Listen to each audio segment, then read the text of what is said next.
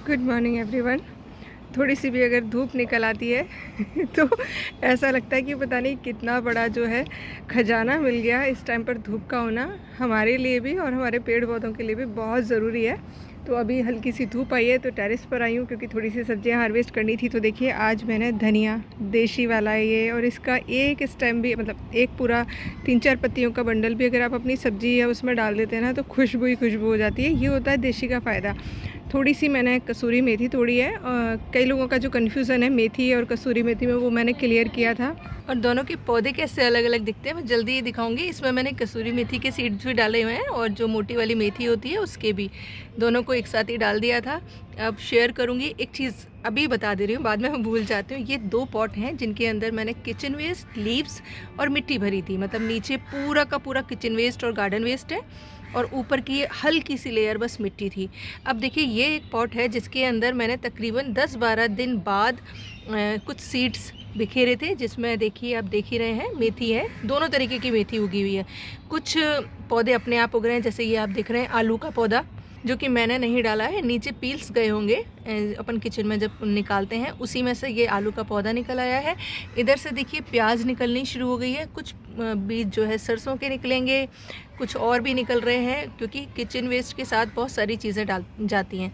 और ये जो ग्रो बैग है, ये इसके अंदर मैंने तीसरे या चौथे दिन ही मैंने सारा जो सीड है वो स्प्रिंकल कर दिया था। तो मुझे लग रहा है कि इसकी इतनी बढ़िया ग्रोथ नहीं हुई है क्योंकि ये 10 दिन 12 दिन पुराना हो गया था।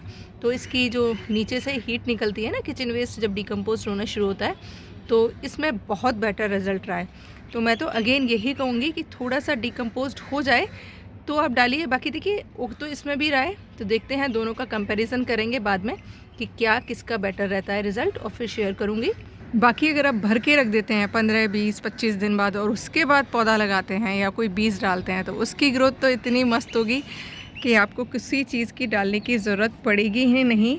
और टमाटर के पौधे में जैसे मैंने कहा था आपको, कैल्शियम ज़रूर मिक्स करिए। कैल्शियम में चूना आता है, स्टोन डस्ट भी मिक्स करते हैं। मैं तो दोनों ही चीज़ मिक्स कर देती हूँ और साथ ही साथ मैं डालती रहती हूँ टाइम टू टाइम इसमें छाछ, क्योंकि छाछ जो होती है वो कैल्शियम की पूर्ति भी करती है, नाइट्रोजन की भी पूर्ति है, और बहुत सारे माइक्रोन्यूट्रिएंट हैं जो कि पौधे को मिल जाते हैं। और पौधे की हेल्थ देखकर आप समझ ही गए होंगे। और मोस्ट इम्पॉर्टेंट, कैलेंडर फॉलो करिएगा, पौधे आपके बहुत हेल्दी रहेंगे। एक मैम का सवाल था कि मैम धनिया या मेथी वगैरह बार बार बोना पड़ता है क्या? तो देखिए नहीं, ये देख रहे हैं आप पूरा का पूरा इसमें से मैंने हार्वेस्ट कर लिया है, लेकिन मैंने जड़ सहित नहीं निकाला है। स्टेम आप देख पा रहे होंगे, ऊपर से कट कर लिया है। नीचे से जो नोड एरियाज होंगे ना, वहाँ से नए धनिए के पत्ते या स्टेम निकलने लग जाएंगे और मुझे 2-3 बार हार्वेस्टिंग करने के लिए सेम पॉट से ही मिल जाएगा।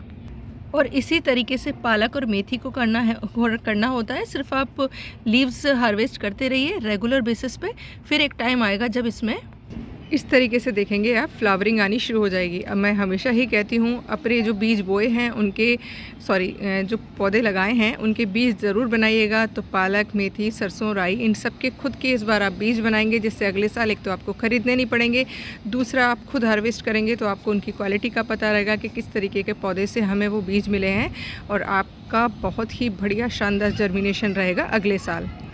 आज अपनी मम्मी से बात करते हुए एक नई चीज़ पता चली कि हमारे गांव में माना जाता था कि संक्रांति के दिन चने का साग जरूर खाना चाहिए। अब रीज़न देखिए, मुझे नहीं पता क्या स्पिरिचुअल रीज़न है, लेकिन मेरी मम्मी बताती हैं कि हमारी जो भी बुज़ुर्ग महिलाएं या दादी नानी बुआएं वगैरह होती थी, वो संक्रांति के दिन खेतों में ज़रूर जाती थी चने का साग खाने के लिए। तो देखिए मैंने तो इंटेंशनली नहीं उगाया था, मुझे पता नहीं था, बट मैंने इसलिए उगाया था क्योंकि मुझे चने का साग घर में ही उगा हुआ खाना अच्छा लगता है। तो मैंने कुछ चने के बीज डाले थे, आप लोगों के साथ शेयर भी किया था जिस दिन डाले थे, और देखिए चने का साग उगना शुरू हो गया है। तो इस बार संक्रांति पर मैं भी ज़रूर खाऊंगी चने का साग। आप लोगों के घर में भी उगा हुआ है तो ज़रूर खाइएगा, क्योंकि मैं उन रिचुअल्स में बहुत बिलीव करती हूँ जो हमारे पूर्वज हमें बता रहे हैं।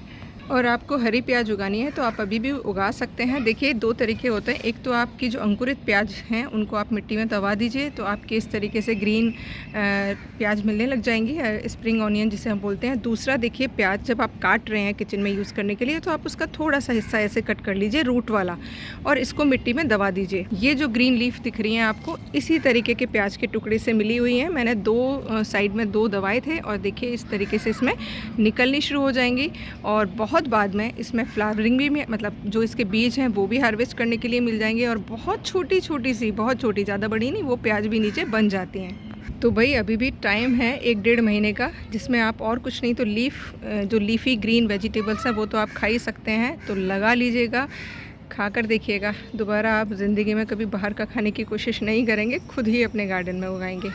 और इस बार लेट हो गई थी, जिसको हम मूली का बीज कहते हैं या फल कहते हैं, मूंगरी, वो अब आने शुरू हुए हैं। बहुत अच्छी सब्ज़ी बनती है, मैं नहीं खाती थी पहले, लेकिन अब अपने यहाँ उगाती हूँ तो खाती हूँ। तो आज हम 2 जन हैं घर में, मैं और मेरा बेटा, तो हमारे लायक मिल गया है हरा साग। फरवरी के लिए तैयारी शुरू कर दीजिएगा, क्योंकि जैसे ही पौधों का डोरमेंसी टाइम ख़त्म होगा वो उनमें फुटाव आना शुरू हो जाएगा। उस टाइम के आपको क्या करना है वो मैं एडवांस में ही आपको बता दूंगी, जिससे कि जैसे कि सर्दियों में आपका गार्डन हरा भरा और कलरफुल रहा है, वैसे ही आने वाले वसंत में भी आपका पूरा गार्डन जो है कलरफुल रहे। उसके लिए पहली शर्त है केमिकल फ्री गार्डनिंग करिएगा, किचन वेस्ट को मैनेज करिएगा, कैलेंडर को फॉलो करिएगा, बायो एंजाइम नहीं बनाया है तो बना लीजिएगा।